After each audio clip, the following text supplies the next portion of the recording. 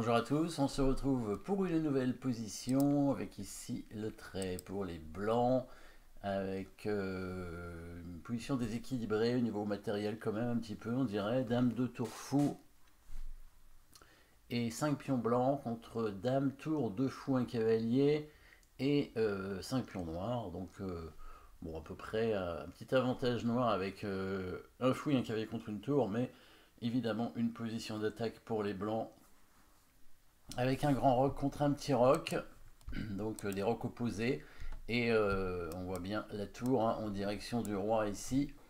La dame noire, la dame blanche assez active. Alors il y a la tour attaquée ici en D4, hein, donc c'est a priori la menace des noirs, mais les blancs évidemment à l'aide de coups forcés vont réussir à gagner assez rapidement cette partie. Deux échecs dans cette position. Tour prend pion G6 et dame prend F8. Bon, dame prend F8, je pense pas que ce soit très bon. Tour prend G6, ça semble pas très bon non plus. Hein, le pion étant protégé ici par le fou, donc il n'y a pas d'échec après avec la dame. Donc ici, on va plutôt regarder les menaces de mat. Alors, pas sûr qu'il y en ait d'ailleurs, hein, en tout cas pas en un coup, ça c'est certain. Après, il peut y en avoir en plusieurs coups et on pourrait se douter peut-être que c'est une menace de prendre ce pion au G6 parce qu'il y aurait une attaque à la découverte derrière et donc des attaques après. Après, il faut calculer parce qu'évidemment, il peut prendre la tour, hein, comme on a dit.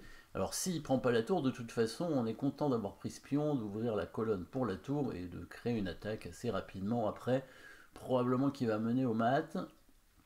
Donc, s'il prend la tour, vérifions ce qui pourrait arriver. On va prendre le pion en F7 après sur échec, évidemment, double échec. S'il prend, je crois que c'est tout de suite mat, parce que s'il prend avec le roi, de toute façon il n'y a pas le choix, puisqu'il y a double échec. S'il prend, c'est tout de suite mat avec le fou qui arrive en H5, donc il sera obligé de bouger son roi. S'il vient en H7, il y a le fou qui arrive en E4, donc ça lui fait perdre un temps, donc il va aller en H8. Et là, vous avez trouvé la suite, évidemment, hein, avec le mat rapide qui va arriver. Après, pion prend G6 ici.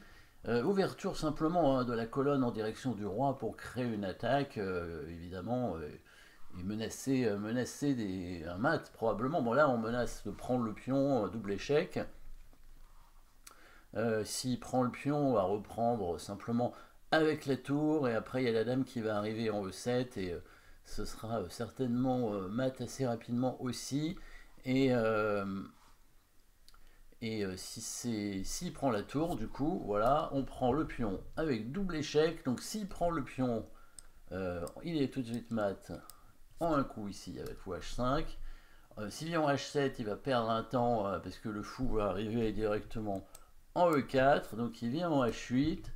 Et là, vous avez bien sûr trouvé les coups forcés qui mènent au mat. Hein, les coups forcés, il y a deux échecs dans cette position. Il y a tour G8 et dame prend F8. Tour G8, c'est ce qui donne le moins de matériel, mais c'est aussi le moins intéressant parce que ça va échanger les tours et en plus on va perdre le pion quand même qui est extrêmement fort dans cette position. Dame prend tour est beaucoup mieux, force fou prend dame.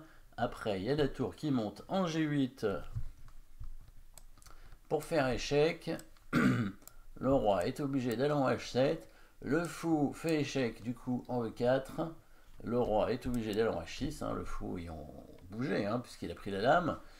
Là, on continue à faire échec, en faisant échec avec la tour en H8. La case G5 est contrôlée par le pion. Le fou contrôle la case en G6. Le roi est obligé d'aller en G7. Et maintenant, il n'y a plus qu'à descendre la tour d'une case vers le bas. Regardons ça. Dame prend F8. Fou prend tour G8 échec. Roi H7. Fou E4 échec. Et tout est forcé, hein. Tour H8 échec, voilà, roi G7, et on finit par un joli mat avec des pions. Hein.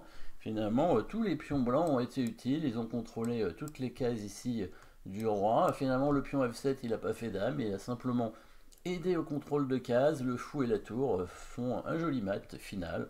Voilà, jolie petite combinaison pour terminer cette position avec cette prise de pion. Alors évidemment, bon, un coup comme tour en D2 était jouable peut-être avec les blancs dans cette position, quoi qu'il y avait quand même fou pour F4 derrière. Hein.